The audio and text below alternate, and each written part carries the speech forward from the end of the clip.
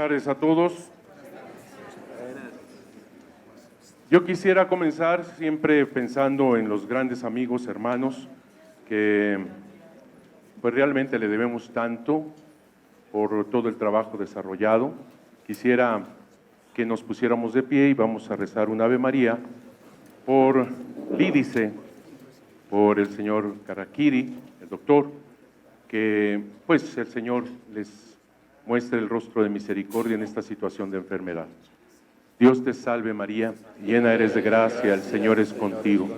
Bendita eres entre todas las mujeres y bendito es el fruto de tu vientre, Jesús. Santa María, Madre de Dios, ruega por nosotros pecadores, ahora y en la hora de nuestra muerte. Amén. Gloria al Padre, al Hijo y al Espíritu Santo. Como era en el principio, ahora y siempre, por los siglos de los siglos. En el nombre del Padre, del Hijo, del Espíritu Santo. Amén. Amén. Muchas gracias. Asimismo, agradezco de verdad de corazón al cardenal Marc Ouellet, presidente de la Pontificia Comisión para América Latina. Gracias por la invitación. Gracias también al señor cardenal Rubén Salazar, presidente de la Conferencia del Episcopado Latinoamericano. Gracias de verdad por esta invitación. Agradezco también al señor Carl Anderson, Caballero Supremo de los Caballeros de Colón. Gracias mil por esta invitación, que me honra muchísimo estar aquí en Colombia, en donde pues hay algo tan especial en este pueblo y que tiene relación con la Virgen de Guadalupe. Los indígenas tenían siempre esta cosmovisión en su mente, siempre la religiosidad en su mente, en su corazón. Nadie podía portar un manto azul verdoso, solamente el emperador. El azul, que significa el cielo, el verde, que significa la vida. Así que un manto azul verdoso significa la vida celestial. Eso lo podía portar solamente el emperador Moctezuma. Y para tener este azul usaban estas tintas, pero el verde era tan especial. Claro, en México había jades de todo tipo, pero no esmeraldas. Como las esmeraldas solamente se encuentran en Colombia, pues venían a comerciar hasta este lugar, a Colombia, para esas esmeraldas ponérselas en el manto del emperador. Así que los indígenas, cuando ven el manto azul verdoso de la Virgen de Guadalupe, inmediatamente entendieron que ella era emperatriz, ya que ella podía usar ese manto azul verdoso. Por eso yo siempre digo que los colombianos son el abrazo de Santa María de Guadalupe en el manto lleno de estrellas. Es el abrazo de María. De verdad, tiene mucho que ver. Santa María de Guadalupe, patrona del continente americano, nos muestra el camino de la santidad en el amor misericordioso de Dios. En febrero de este año, 2016, el Papa Francisco visitó México. Por cierto, las transparencias que están aquí son fotografías tomadas por su servidor, el 90%. Las otras, donde está la imagen de la Virgen de Guadalupe, no son estampas, son realmente del original. Esto se les va a obsequiar, son alrededor de 500 imágenes. El Papa Francisco visitó México y de manera especial estuvo en la insignia nacional Basílica de Santa María de Guadalupe. Fue un momento lleno de Dios, no cabe duda. Ante la sorpresa y la emoción del pueblo mexicano, el Santo Padre había pedido a los mexicanos que lo dejáramos orar delante de la Virgen de Guadalupe. Yo me emocioné por esa petición, con esa humildad, con esa sencillez. Para todas las naciones, no solo para los mexicanos, esto fue trascendental. Contemplar al vicario de Cristo, sucesor de Pedro, el Papa Francisco, delante de la Virgen de Guadalupe en profunda oración y contemplación, fue un momento de eternidad. Los millones en todo el mundo estuvimos con él en ese instante trascendental. Estábamos compenetrados en la misma oración contemplativa. Millones en el más completo silencio. Podíamos estar en el mismo palpitar y en la misma respiración del Santo Padre, en una comunión íntima y santa. Testimonio de la Iglesia Católica al mundo entero. Recordemos que la imagen de Santa María de Guadalupe es el de una mujer encinta, embarazada, por lo que es Jesucristo el centro tanto de la imagen como del mensaje. Es ella el arca viviente de la alianza. Es ella quien nos guía al verdaderísimo Dios por quien se vive. Confirmé que esta es la fuente de toda santidad. Respirar del mismo aliento de Dios en la oración que llena el corazón, que emociona y que motiva para lanzarse a amar con alegría a los demás. Siempre teniendo como un honor la posibilidad de ser parte de esta historia de salvación, en donde se nos llama a colaborar y a ser parte importante de ella. El Papa Francisco estuvo en esta casita sagrada, como San Juan Diego, exactamente en esa humildad santificada en la misericordia de Dios. Decía un escritor del siglo XVI sobre San Juan Diego, el humilde indígena macehual, elegido por la Virgen para ser su intercesor y mensajero delante del primer obispo de México, Fray Juan de Zumárraga. Decía este autor, se escondía en la sombra para poder entregarse a solas a la oración y estar invocando a la Señora del Cielo, exactamente como estaba el Papa Francisco delante de ella. Santa María de Guadalupe tiene un objetivo muy preciso. Ella tanto quiere, tanto desea que todos seamos santos.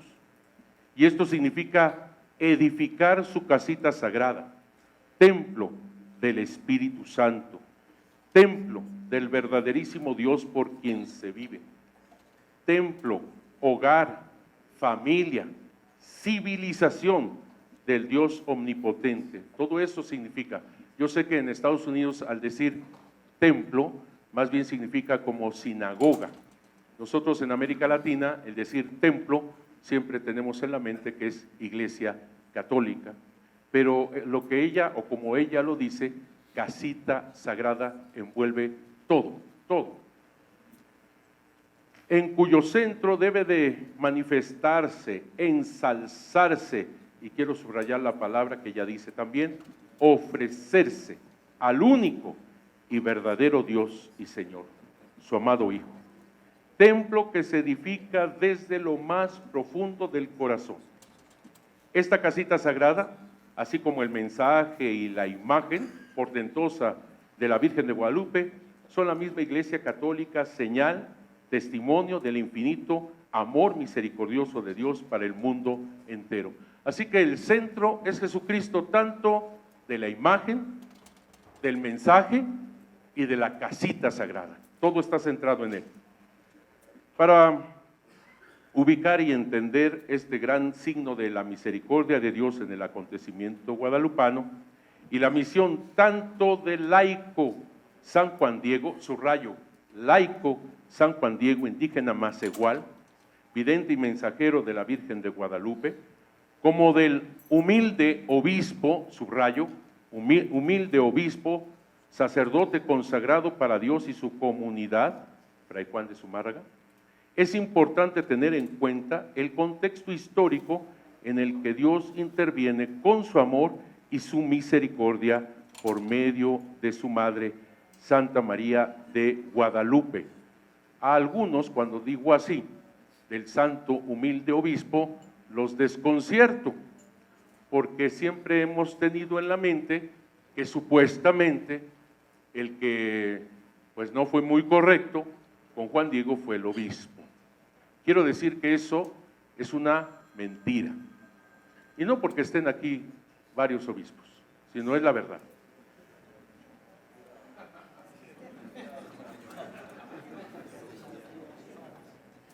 Si ustedes leen con detenimiento el Nícal Mopogua, cómo le habla el obispo a Juan Diego, es realmente conmovedor que le llegue una persona diciendo que la Virgen le habla, que quiere un templo, en donde antes había un templo pagano a la diosa Coatlicue Tonantzin.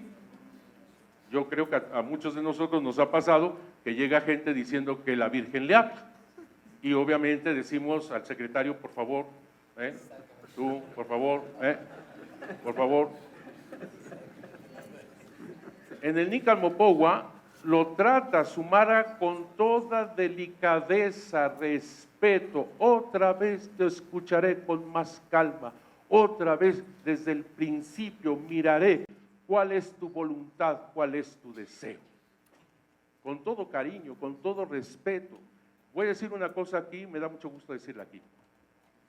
El obispo es el eje fundamental del acontecimiento guadalupano.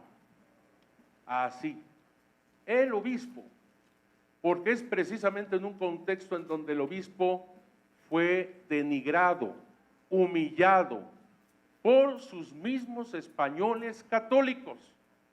Lo vamos a ver un poquito más adelante, nada más que quiero subrayar esto. Es el obispo quien atiende bien a Juan Diego. Son los criados quienes lo dejaban allá afuera en el frío y con tantas horas. Fueron los criados. Y es el obispo quien pide la señal. En otras palabras, no tendríamos la imagen de la Virgen de Guadalupe sin el obispo. No tendríamos la casita sagrada sin la autorización del obispo. Así que imagínense qué papel, qué rol juega el obispo. Nada más. Ahorita vengo con los laicos.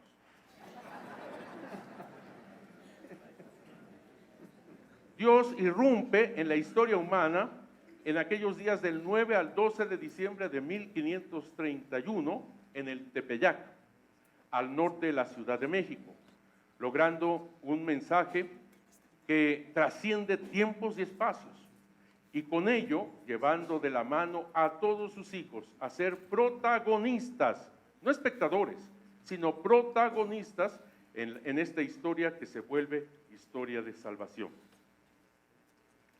Ese momento histórico tiene mucho de trágico y al mismo tiempo esperanzador.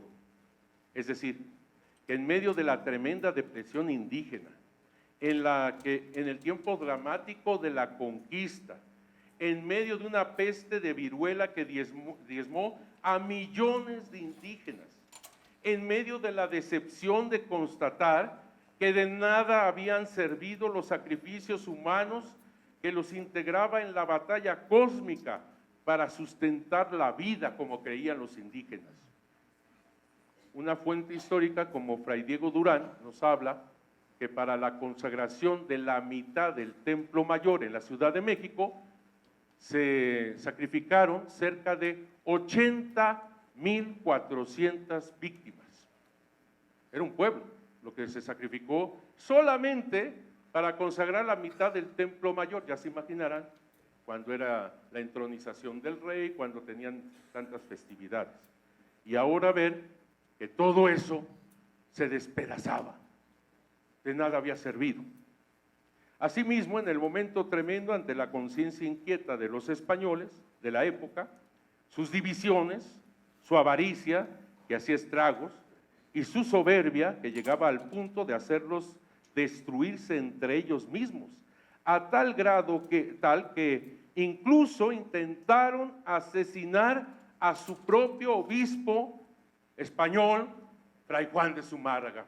Poca gente sabe que fue Diego de Delgadillo, un conquistador, quien trató de asesinar a Zumárraga, a quien no le quedó otra salida que lanzar, el obispo, la excomunión a los gobernantes católicos españoles y arrojar el entredicho a la Ciudad de México. Fray Juan de Zumárraga lo decía así, perdón las damas: sacerdotes de la Ciudad de México, desnuden los altares, consuman el Santísimo, nos largamos de esta Ciudad de México, que esta ciudad se quede sin Dios. Y todos los sacerdotes, presididos por el obispo, salieron de la Ciudad de México. No más sacramentos, no más Eucaristía, no más Dios. Eso hizo Zumárraga con su propia diócesis. Y todos la abandonaron. Todos abandonaron la Ciudad de México, la orgullosa y gran capital. era tan solo ahora testigo mudo de grandezas y vilezas de sus moradores. Todavía más. Fray Toribio de Benavente, Motolinia, franciscano del siglo XVI, habla de la seriedad del problema a tal grado que todos los misioneros pensaban abandonar México y regresarse a España. Hay que ponderar la labor de los primeros misioneros, no cabe duda. Una labor titánica, los sobrepasaba por mucho, pero no podían ante todo esto. Tuvo que intervenir Dios, y no estoy diciendo que la Virgen de Guadalupe sea diosa, quiero subrayar. Es Dios a través de la Virgen de Guadalupe, quien interviene por la oración del obispo. Precisamente en este intenso y dramático momento de la historia se dio el encuentro entre Dios y los hombres por medio de Santa María de Guadalupe, haciendo de este acontecimiento un encuentro cuyo mensaje está colmado de esperanza que provoca la fe para vivir en el amor. Y fue un laico, Juan Diego Cuauhtlatoatzin, primer indígena canonizado del continente americano, el portador de este mensaje para el mundo entero. Fue un humilde indígena macehual que en su tiempo y en su sociedad no se le concedía credibilidad. Fue él, laico humilde, el intercesor de la Madre de Dios, de la Madre del Omnipotente, para que se cumpliera su voluntad de edificar un templo, un nuevo templo, una casita sagrada, lugar de encuentro entre Dios y los seres humanos, un lugar de la armonía cósmica en un nuevo Génesis, en donde ella lo manifestará a Él, así lo dice la Virgen. Lo ensalzaré a Él, lo ofreceré a Él, mi amor persona, su máximo amor, Señor resucitado.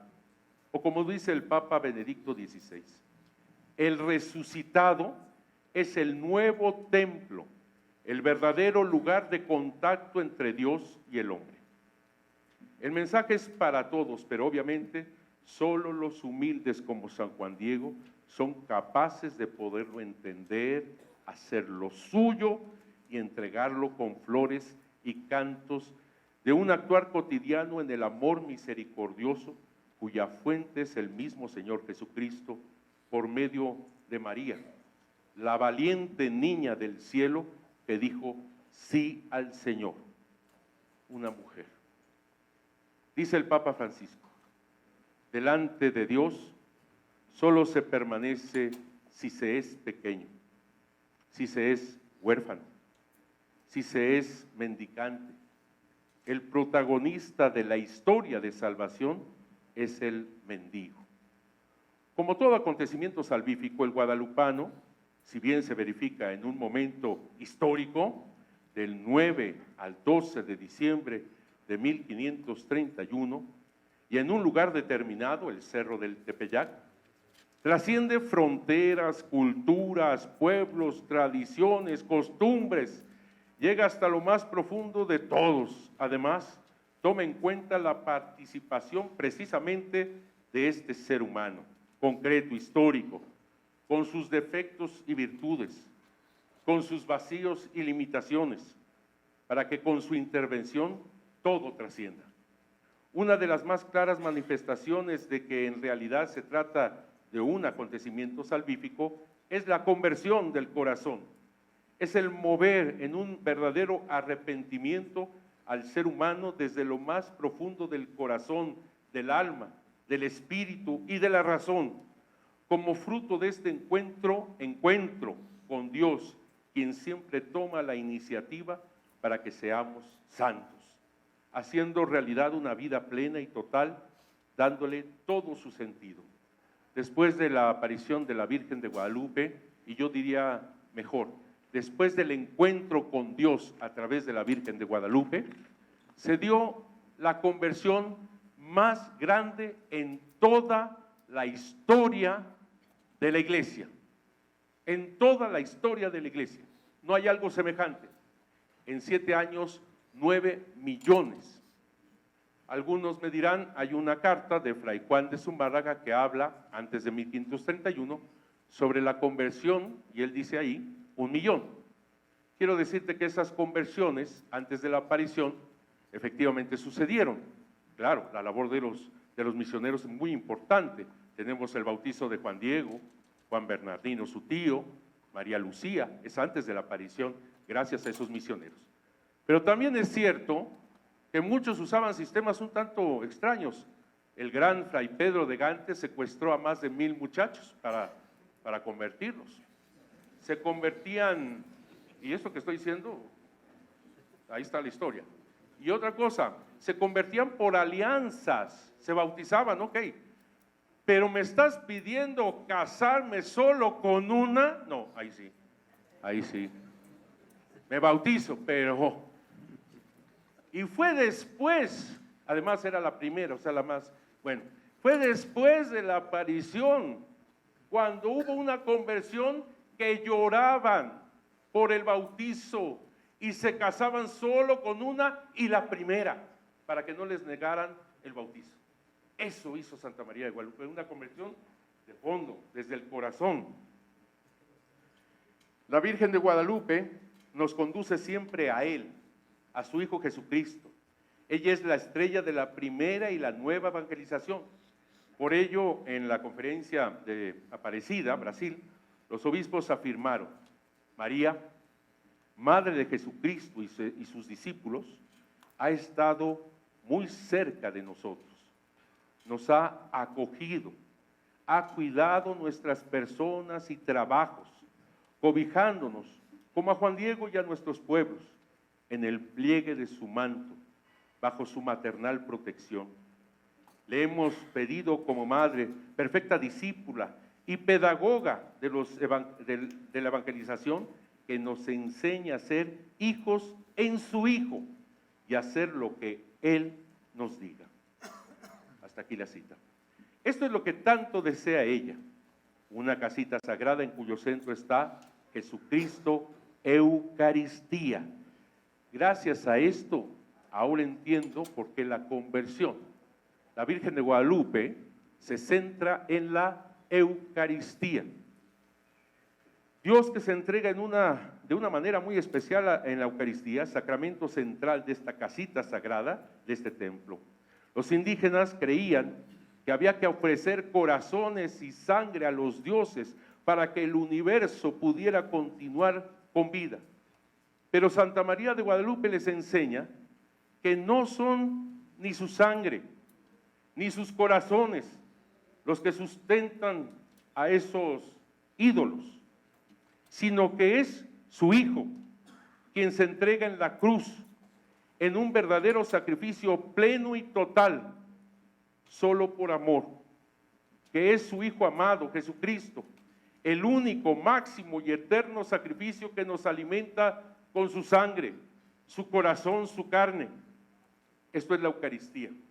Corazón, les dije, que subrayaba aquello que decía la Virgen: tanto quiero, tanto deseo, que aquí me construyan una casita sagrada para manifestarlo a Él, para ensalzarlo a Él, y aquí está, para ofrecerlo a Él, mi amor persona. Dios ofreció a su Hijo en la cruz para la salvación de todos. Jesús ofreció su propia vida, nadie se la quita, es nuestro Redentor. Pero María, su madre, quien lo llevó en su vientre, lo alimentó, ella también en esa cruz lo ofrece.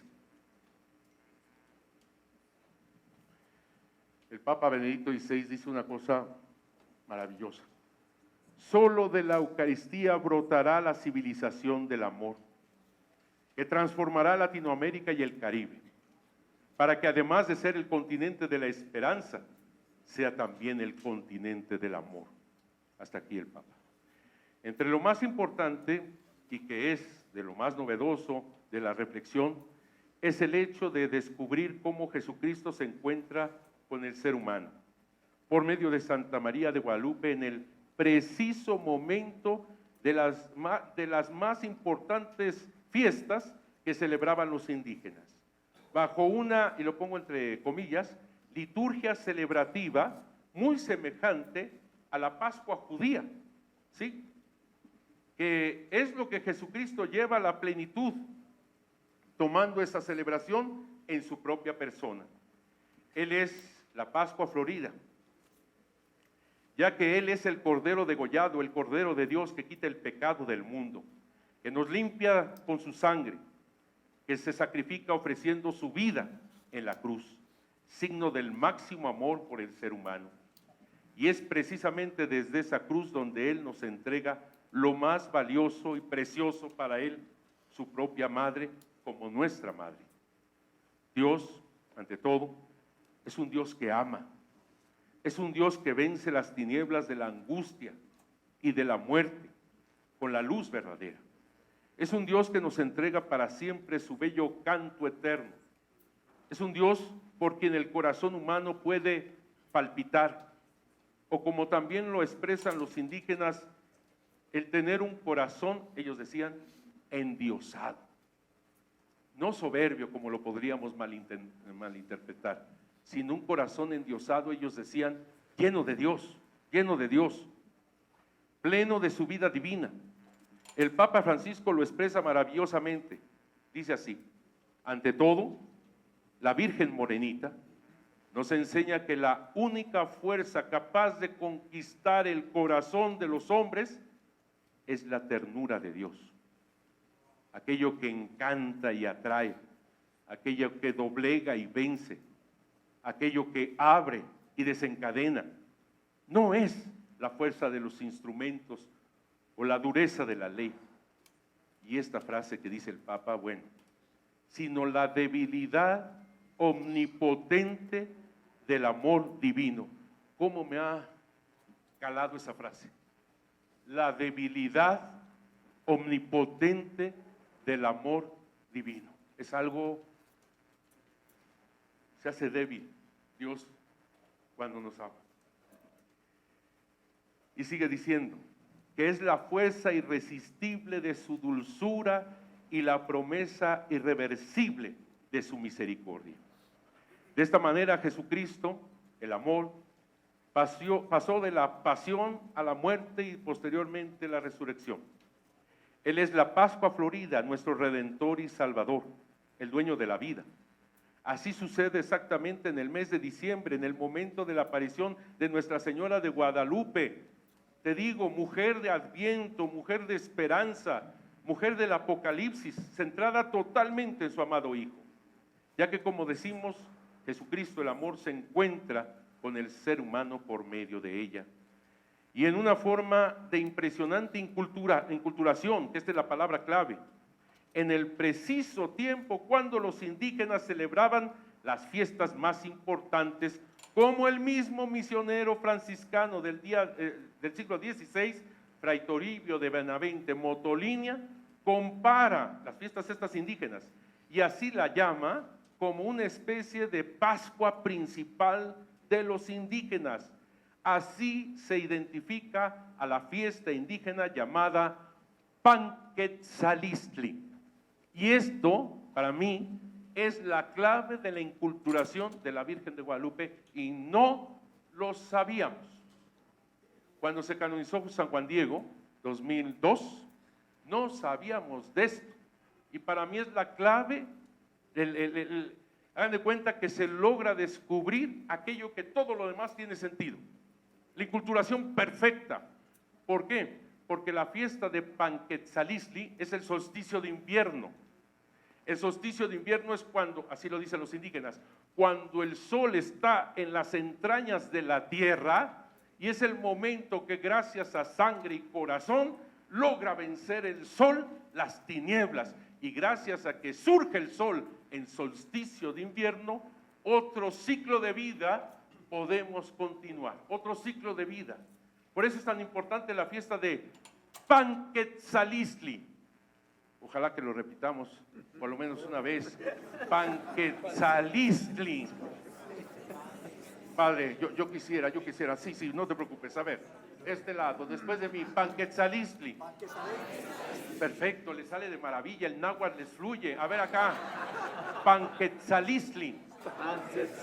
De maravilla, Juanito. A ver acá, Panquetzalistli, venga, padre. Excelente, excelente. Allá como un tono más americano, pero muy bien, muy bien.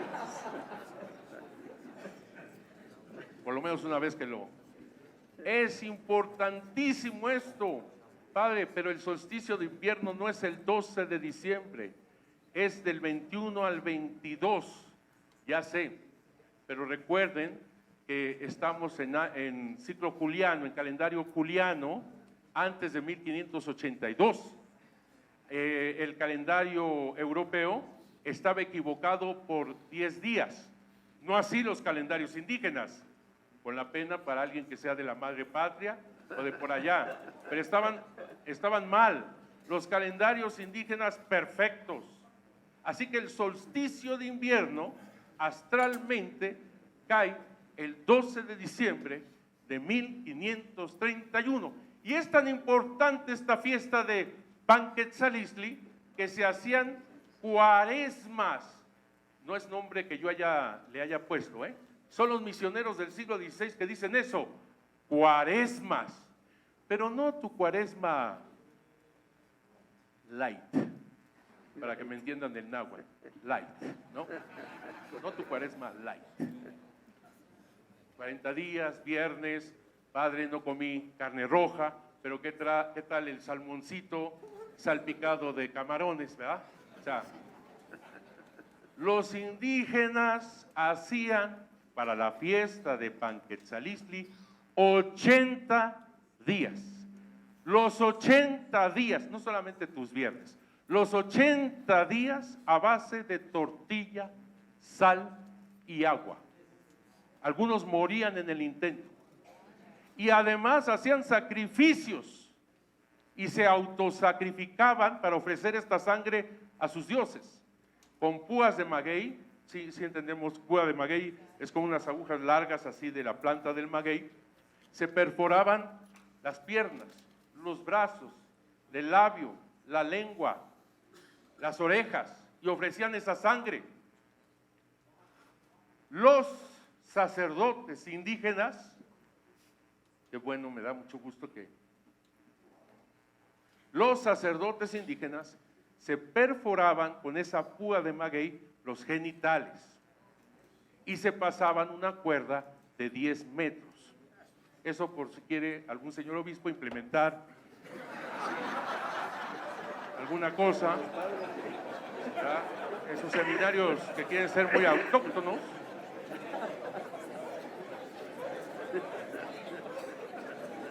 Yo nada más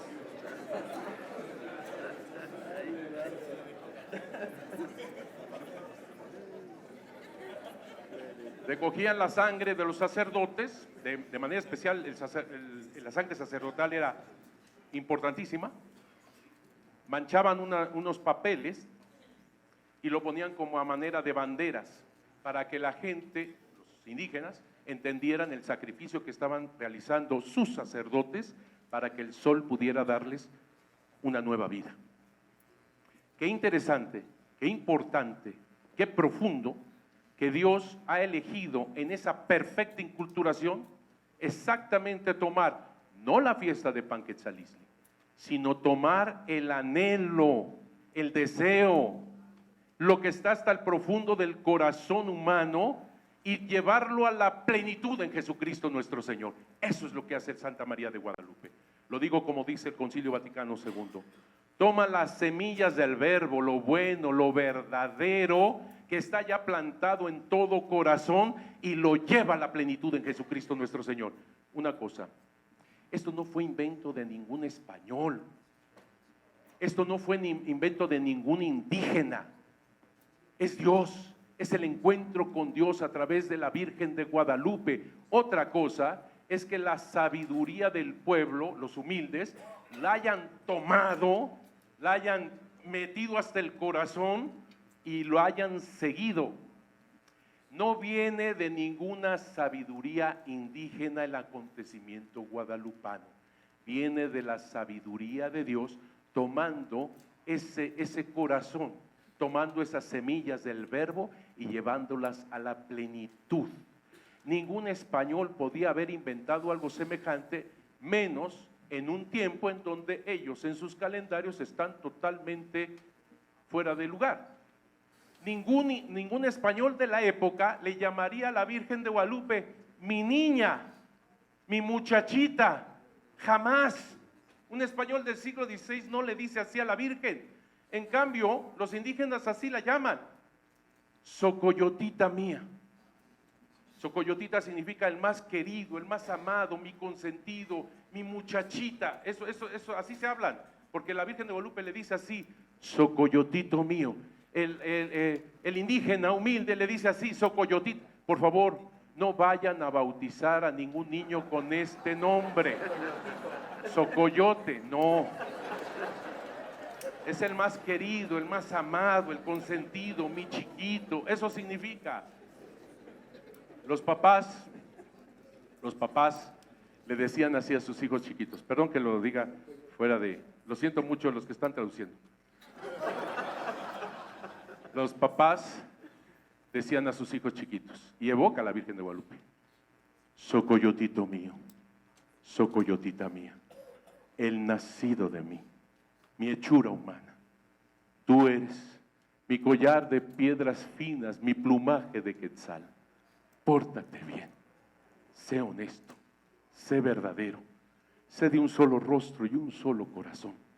Ten siempre presente en tu mente y en tu corazón que tú eres mi sangre, tú eres mi color.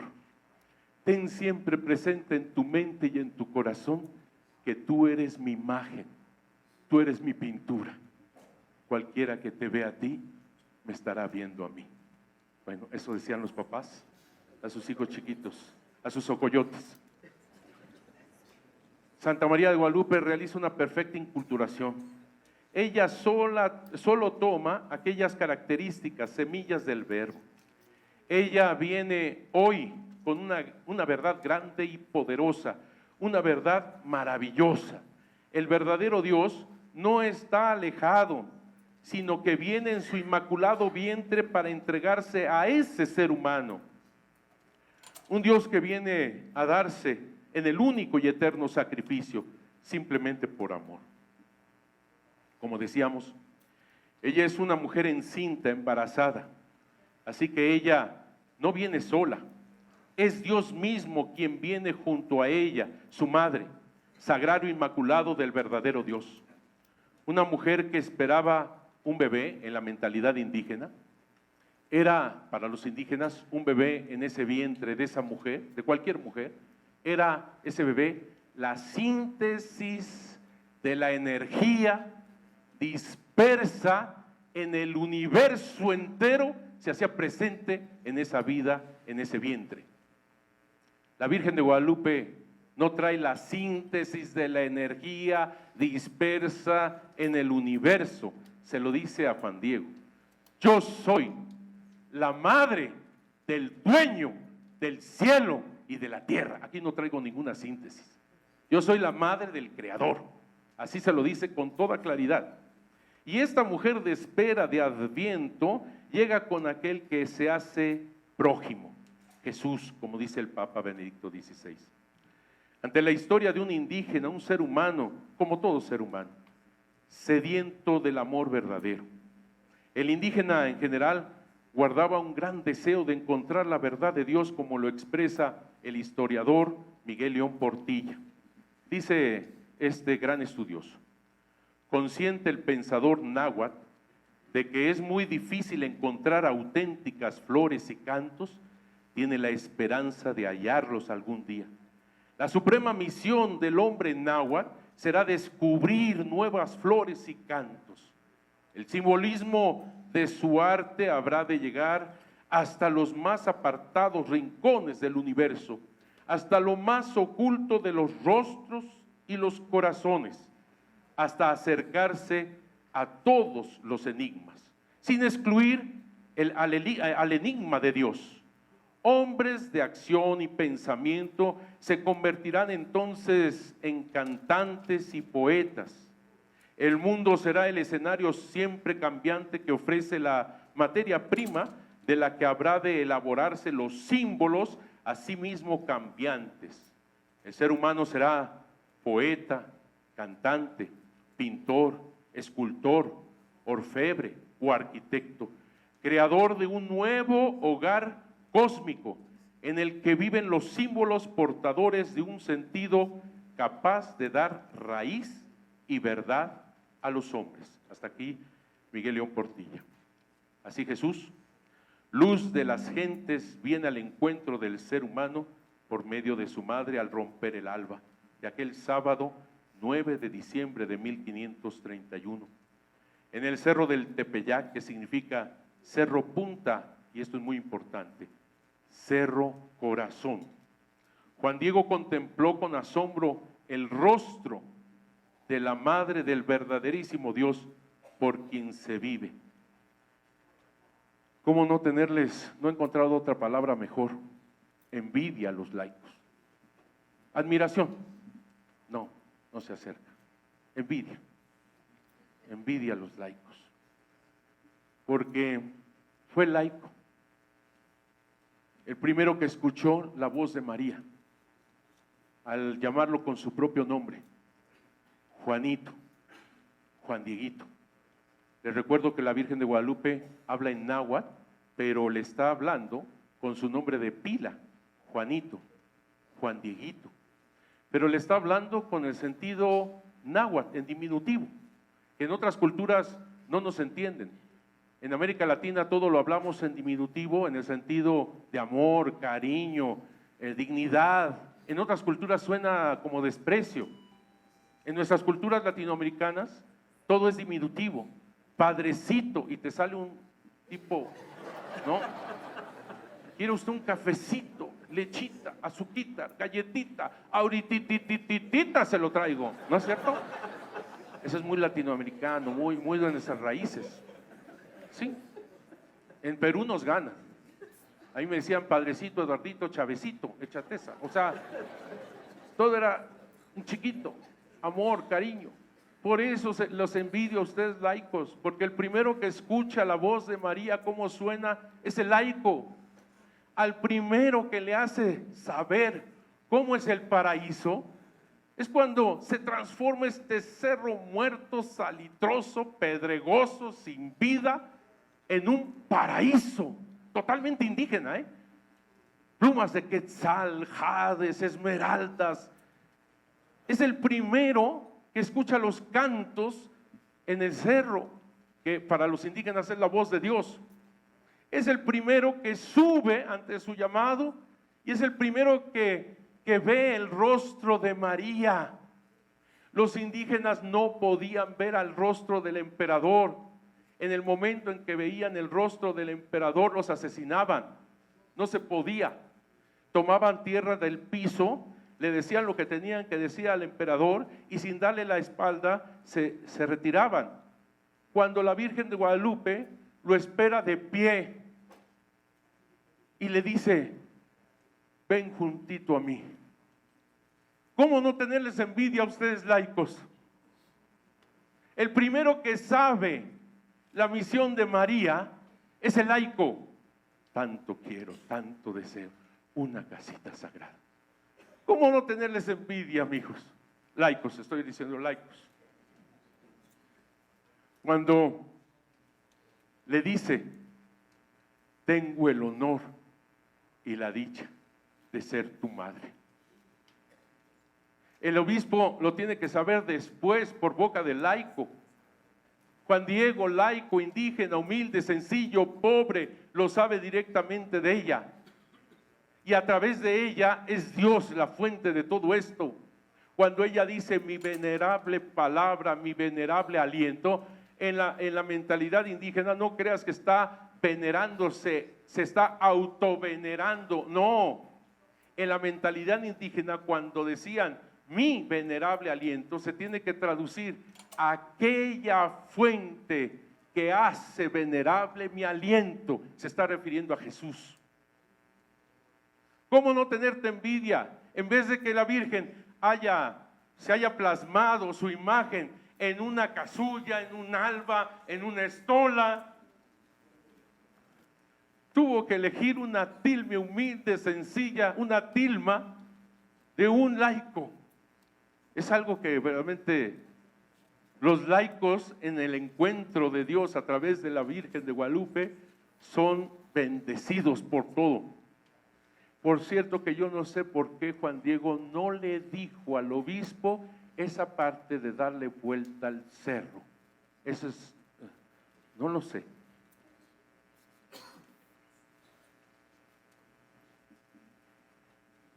¿Cuántos? Ya me pasé.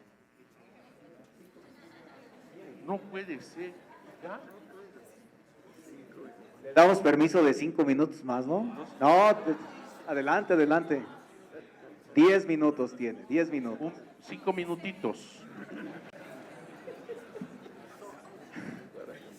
Bueno, lo bueno es que todo esto lo van a tener ustedes.